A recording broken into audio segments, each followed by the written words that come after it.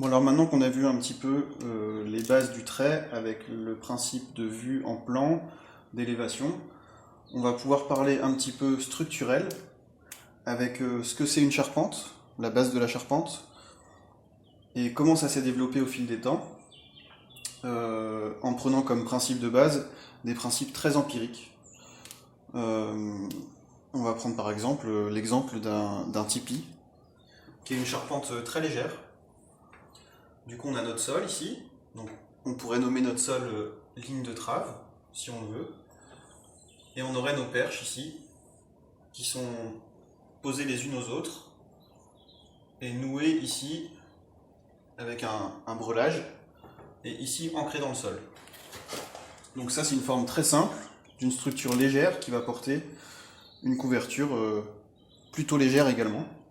Et après, ça va évoluer sur le système de contreventement, de renfort de cette structure, selon le poids, la charge que cette structure aura apporté, et les efforts qui s'y appliquent. Pour rester sur ce principe de base, imaginons pourquoi ici ça a été ancré dans le sol. Ça, c'est un des principes primaires de la charpente, c'est avoir une structure qui soit stable.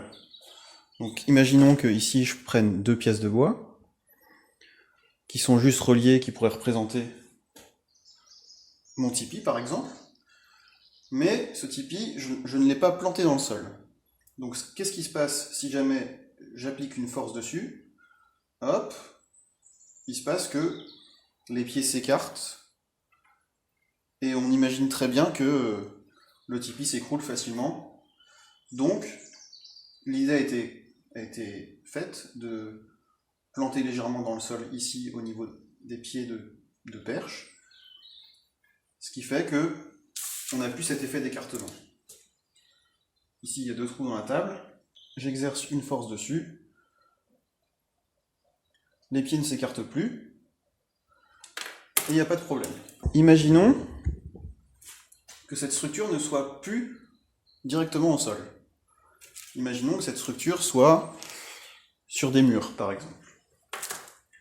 Du coup, on va enlever ici l'ancrage dans le sol et on va poser ça sur des murs.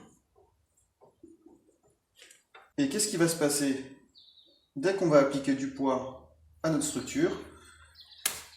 Eh bien, tout simplement, le risque est que notre mur, enfin nos deux murs ou un des deux murs qui va être le plus fragile, va déverser, comme ça. Hop, on va toujours avoir ici nos deux perches, mais le mur va déverser avec le temps. Donc ça, c'est une structure assez simple, qu'on appelle une structure à chevron porteur. Donc on va avoir notre vue en plan, par exemple, qui va être comme ceci, avec ici la ligne représentant le faîtage. Et donc notre structure, elle se compose de perches qui vont de part et d'autre. Hop. Et qui posent sur les murs. Et ici, ça porte la couverture.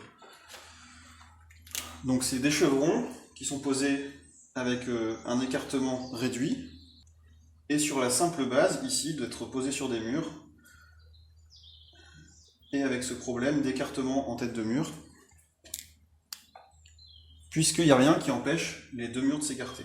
Pour pallier à ça, les gens ont construit du coup des renforts au niveau des murs, puisque le mur déversait. Ils se sont dit, le problème vient du mur. Donc, on va créer des murs plus épais, et ils ont fait des petits contreforts comme ça, ou des murs beaucoup plus larges, ce qui permettait aux murs de ne plus déverser, et du coup d'avoir ces pièces de bois là, ces chevrons, qui soient pris directement dans le mur, et ça empêchait l'écartement, donc l'affaissement ici du faîtage. Puis on a réfléchi un peu plus loin, on s'est dit, peut-être que le problème ne vient pas du mur, mais il vient peut-être de tout ça, parce qu'il y a une ou deux granges ou une ou deux maisons qui se sont effondrées, et on a bien vu que ça s'était déformé. Donc qu'est-ce qu'on pourrait faire pour empêcher que tout ça se déforme? Et bien tout simplement, on a notre structure ici, qui pose sur des murs. Et bien on va rajouter ici une pièce qui va empêcher l'écartement. Donc ici, tu vois, j'ai mis un fil de pêche. Tout est collé avec de la colle chaude. Tu peux le refaire chez toi si tu veux comprendre un petit peu mieux le principe.